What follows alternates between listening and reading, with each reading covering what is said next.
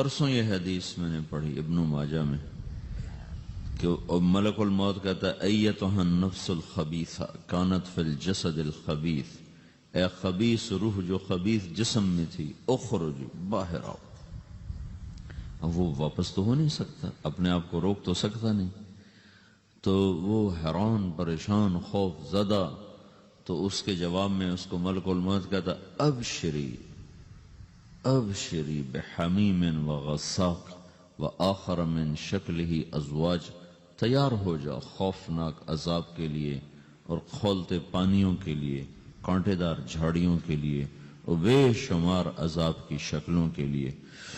تو اس کی روح کو جب کھینچتے ہیں تو رگ رگ سے وہ کٹ کٹ کے نکلتی ہے، تو سارا وجود زیر و زبر ہوتا ہے، سکرات کا درد ساری دنیا کے دردوں پر حاوی ہے۔ جب اس کی روح نکلتی ہے اور اس کو لے کر آسمان پر چلتے ہیں تو دروازے پر پہنچتے ہیں تو اندر سے فرشتے پوچھتے ہیں کون ہے؟ کہتے ہیں فلاں فلاں کا بیٹا ہے۔ کہا نفس خبیثہ فی الجسد الخبیث، یہ تو وہی بدماش ہے جو بدماش جسم میں تھا، یہ وہ بدبخت روح ہے جو بدبخت جسم میں تھی، اس کے لیے آسمان کے دروازے نہیں کھل سکتے، اسے واپس کر دیا جائے۔ تو آسمان کے دروازے لا تفتح لهم ابواب السماء ولا يدخلون الجنة حتى يلج الجمل في سم الخياط، کہ ان کے لیے آسمان کے دروازے نہیں کھلیں گے اور ان کے لیے جنت کے دروازے نہیں کھلیں گے، پھر یہ وہاں سے نیچے گرائے جاتے ہیں جو اللہ کا قید خانہ ہے سجین۔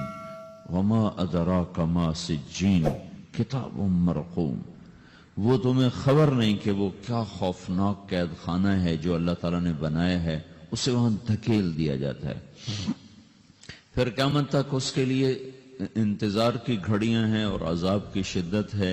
اور جب کوئی نیک آدمی اللہ تعالیٰ کے دربار میں جانے کا اس کا وقت آتا ہے تو اللہ تبارک و تعالیٰ فرماتے ہیں ان الذین قالوا ربنا اللہ ثم استقاموا تتنزل علیہم الملائکۃ الا تخافوا ولا تحزنوا وابشروا بالجنة التي كنتم توعدون نحن اولیاؤکم فی الحیاة الدنیا وفی الآخرہ ولکم فیہا ما تشتہی انفسکم ولکم فیہا ما تدعون نزل من غفور الرحیم۔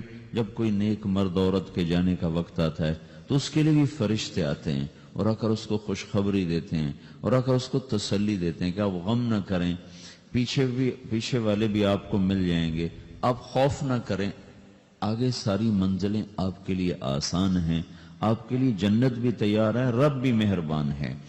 اور حدیث پاک میں آتا ہے کہ ملک الموت اور 4 فرشتے آتے ہیں، وہ 4 فرشتے اس کو سہلاتے ہیں، دباتے ہیں کہ موت کا درد اسے محسوس نہ ہو۔ اور ملک الموت فرماتے ہیں ایتها النفس الحمیدہ کانت فی الجسد الحمید اخرجی، اے نیک روح جو نیک جسم میں تھی باہر آؤ۔ کیا کرو؟ وابشری بروح وریحان ورب راض عنک غیر غضبان، آپ کو بشارت ہو آپ کے لیے جنت تیار ہو چکی ہے اور وہاں کی ساری نعمتیں آپ کے لیے میسر ہو چکی ہیں اور اللہ آپ پہ راضی ہو چکا ہے اور اللہ آپ پہ خوش ہو چکا ہے۔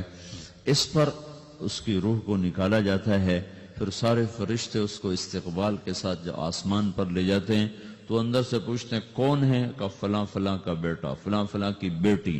کہتے ہیں نفس حمیدہ فی جسد حمید، یہ تو نیک روح تھی جو نیک جسم میں تھی، مرحبا بہی، اس کو ہم سب استقبال کس کا کرتے ہیں اور ایک دم آسمان کے دروازے کھلتے ہیں، پھر وہ پہلا دوسرا تیسرا چوتھا سارے آسمان پار کرتا ہوا اللہ پاک کے عرش کے نیچے کے جا کر، مرد ہے یا عورت، وہاں جا کر سجدے میں سر رکھتا ہے اور اللہ تعالیٰ فرماتے ہیں ہاں اس نے ہمیں خوش کیا، ہم اسے خوش کریں گے، اور اس کو عافیت کے ساتھ وہاں آسمان میں، پہلے آسمان سے لے کر اللہ کے عرش تک یہ سب ویٹنگ روم بنے ہوئے جہاں اللہ اپنے اپنے درجات کے مطابق جنت والوں کو ٹھہراتا ہے، اور وہ انتظار گاہ ہے اور وقت ختم ہو جاتا ہے، لہذا انتظار کی جو تکلیف ہے وہ بھی ختم ہو جاتی ہے۔ وقت ختم تو انتظار کا احساس ختم اور ٹائم کے گزرنے کا احساس ختم۔ تو جیسے اصحاب کہف کو اللہ نے غار میں داخل کر کے تو غار کے اندر سے وقت کو نکال کے باہر پھینک دیا، باہر 300 سال گزرے، اندر آدھا ہی دن گزرا تھا۔ وہ جب اٹھے ہیں تو وہ 25 برس کا نوجوان 325 سال کا ہو کے نہیں اٹھا، وہ 25 سال کی عمر میں اٹھا ہے۔ نہ ناخن بڑا ہے، نہ مونچھیں بڑی ہیں، نہ ان کی داڑیاں لمبی ہوئی ہیں، چونکہ تو زندہ تھے، مر نہیں گئے تھے۔ تو زندہ کے تو بال بھی بڑھتے ہیں، ناخن بھی بڑھتے ہیں، لیکن وہ اس طرح اٹھے کہ 300 برس گزر گئے اور 25 برس کا نوجوان 25 سال کی عمر میں اٹھا ہے، 20 برس کا 20 برس کی عمر میں اٹھا ہے۔ اور وہ کہنے لگے کم لبثنا، بھائی کتنا ٹھہرے ہیں، کہ یومن او بعض یومن، لگتا ہے کوئی دن آدھا دن ٹھہرے ہیں۔ وہ صحیح کہہ رہے تھے۔ باہر اللہ تعالیٰ نے وقت کی گھڑی کو چلائے رکھا اور اندر غار میں اس کو سوئچ آف کر دیا، نکال دیا، کہ یہاں وقت کو داخل نہیں ہونے دیا۔ تو وقت کے گزرنے سے جو بھی اثرات مرتب ہوتے ہیں وہ ان پر مرتب نہیں ہوئے، تو وہ 20 آدھے دن کے بعد اٹھے ہیں، باہر 300 سال، اندر آدھا دن۔ یہی کچھ اللہ تبارک و تعالیٰ برزخ میں کر دیتا ہے، وقت کو ختم کر دیتا ہے، گزرنے کا احساس نہیں ہوتا ہے۔ تو اس طرح میرے عزیزو، یہ دو موتیں ہر انسان دیکھتا ہے، یا وہ جنت کے فرشتوں کا استقبال دیکھتا ہے، یا جہنم کے فرشتوں کی مار اور پٹائی کو سہتا ہے۔ رابعہ بصری رحمت اللہ علیہ کا انتقال ہونے لگا تو انہوں نے رات کو فوت ہوئی، تو انہوں نے اپنی خادمہ کو بلا کے فرمایا کہ کسی کو بتانا نہیں، جب میں مر جاؤں تو پڑوس میں 2-4 کو بلا کر نا میرا جنازہ پڑھوا دینا، اور جس کرتے میں تہجد پڑھتی تھی وہی میرا کفن بنا دینا، اور صبح بے شک لوگوں کو بتا دینا، میرے مرنے کے بعد میری میت کو رکھنا نہیں، فوراً دبا دینا۔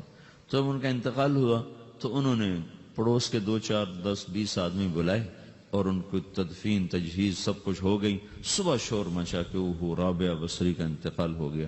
تو اگلے دن وہ خواب میں اس خادمہ کو ملی اور کہا بیٹی تیری بڑی مہربانی، تو نے میری وصیت کے مطابق عمل کیا۔ اس نے دیکھا کہ انہوں نے ایک خوبصورت سبز لباس پہنا ہوا ہے، تو وہ فرمانے لگی، انہوں نے سوال کیا کہ آپ کے ساتھ قبر میں کیا ہوا؟ تو وہ کہنے لگی کہ میرے پاس منکر نکیر آئے تھے اور مجھ سے کہنے لگے من رب کی، تیرا رب کون ہے؟ تو میں نے کہا سبحان اللہ، 40 برس جس کو میں نہ بھولا سکی اس کو 4 ہاتھ زمین میں آ کے میں بھول جاؤں گی۔ ان کا 42 برس کی عمر میں انتقال ہوا تھا۔ تو وہ کہنے لگے سبحان اللہ، جس کو میں 40 برس نہ بھولا سکی میں اسے 4 ہاتھ زمین کے اندر آ کے بھول جاؤں گی۔ تو منکر نکیر کہنے لگے اس کا کیا حساب لینا؟ پھر انہوں نے پوچھا کہ وہ آپ کا وہ کرتا کہاں گیا تہجد والا جس میں آپ کو کفن دیا تھا؟ کہا وہ اللہ نے مجھ سے لے لیا ہے اور میرے اعمال کے خزانے میں رکھ دیا ہے، قیامت کے دن میرا وہ کرتا بھی میرے ترازو میں تولا جائے گا، اور مجھے یہ لباس پہنایا ہے جو جنت کا لباس ہے۔ یہ بھی ایک موت ہے، اس طرح بھی لوگ مرتے ہیں۔ اور دوسری بھی ایک موت ہے، ہمارے علاقے کی بتا رہا ہوں، اپنے علاقے کی۔ ایک زمیندار مر گیا، اس کی قبر کھودی، ساری بچھوؤں سے بھری ہوئی، ایسے جیسے چیونٹیاں پھر رہی ہوتی، تو انہیں وہ بند کر کے دوسری کھودی، ساری بچھوؤں سے بھری ہوئی، پھر وہ بند کر کے تیسری کھودی، ساری بچھوؤں سے بھری ہوئی۔ قبرستان میں اتنے بچھو کہاں سے آ گئے؟ یہ زمین کے بچھو نہیں ہیں، یہ آخرت کی بلائیں ہیں جس کے ساتھ اب اسے قیامت تک رہنا ہے اور گزارا کرنا ہے۔ تو یہ 2 طرح کی موتیں روزانہ لوگ مرتے ہیں، روزانہ لوگ مرتے ہیں۔ جب نماز کا وقت ہوتا ہے ملک الموت ساری دنیا کا چکر لگاتا ہے اور دیکھتا ہے کون پڑھ رہا ہے کون نہیں پڑھ رہا، کون پڑھ رہا ہے کون نہیں پڑھ رہا۔ جو نماز کی پابندی کرتا ہے اس کی موت آسانی سے ہوتی، جو نماز میں غفلت کرتا ہے اس کے ساتھ موت کے وقت شدت اور سختی اختیار کی جاتی۔ تو بھائیو، یہ ایک جسم ہے، ایک روح ہے۔ روح باقی رہنے والی چیز ہے، جسم مٹ جاتا ہے، پھر اللہ سے قیامت کے دن نیا جسم عطا فرمائے گا، ایک نیا جسم دیا جائے گا۔ روح وہی ہے جو اللہ کے خزانوں میں جمع ہو جاتی ہے۔ نافرمان کی سیاہ کالی روح ہوتی ہے، فرمان بردار کی روشن چمکدار روح ہوتی ہے۔ تو اللہ نے کچھ تقاضے جسم کے رکھے ہیں اور کچھ روح کے رکھے ہیں۔ جسم کے تقاضے پورے نہ کرو تو یہ پریشان ہو جاتا ہے، روح کے تقاضے پورے نہ کرو تو یہ پریشان ہو جاتی۔ روح کی پریشانی جسم سے زیادہ ہے، چونکہ روح کی طاقت جسم سے زیادہ ہے۔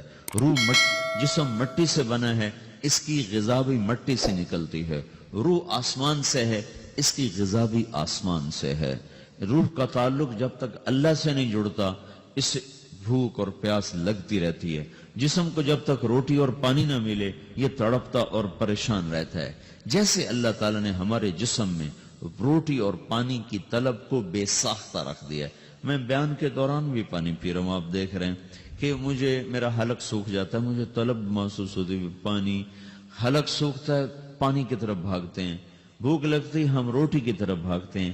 یہ ایک ایسا اندر میں آٹومیٹک سسٹم ہے کہ ہم اس کو آف نہیں کر سکتے. یہ سوتے سوتے بھی بھوک کی وجہ سے آنکھ کھل جاتی، سوتے سوتے پیاس کی وجہ سے آنکھ کھل جاتی ہے. یہ ایسا خود اللہ تعالیٰ نے ساختہ نظام بنایا ہے کہ آپ اپنے جسم میں روٹی اور پانی کی طلب کو نہیں نکال سکتے. میرے عزیزو، ٹھیک اسی طرح اللہ نے انسانی روح میں اپنی طلب رکھ دی ہے اور اپنے رسول کی طلب رکھ دی ہے. یہ دو طلب ایسی ہیں کہ یہ آپ کے جسم روح سے نکل نہیں سکتی.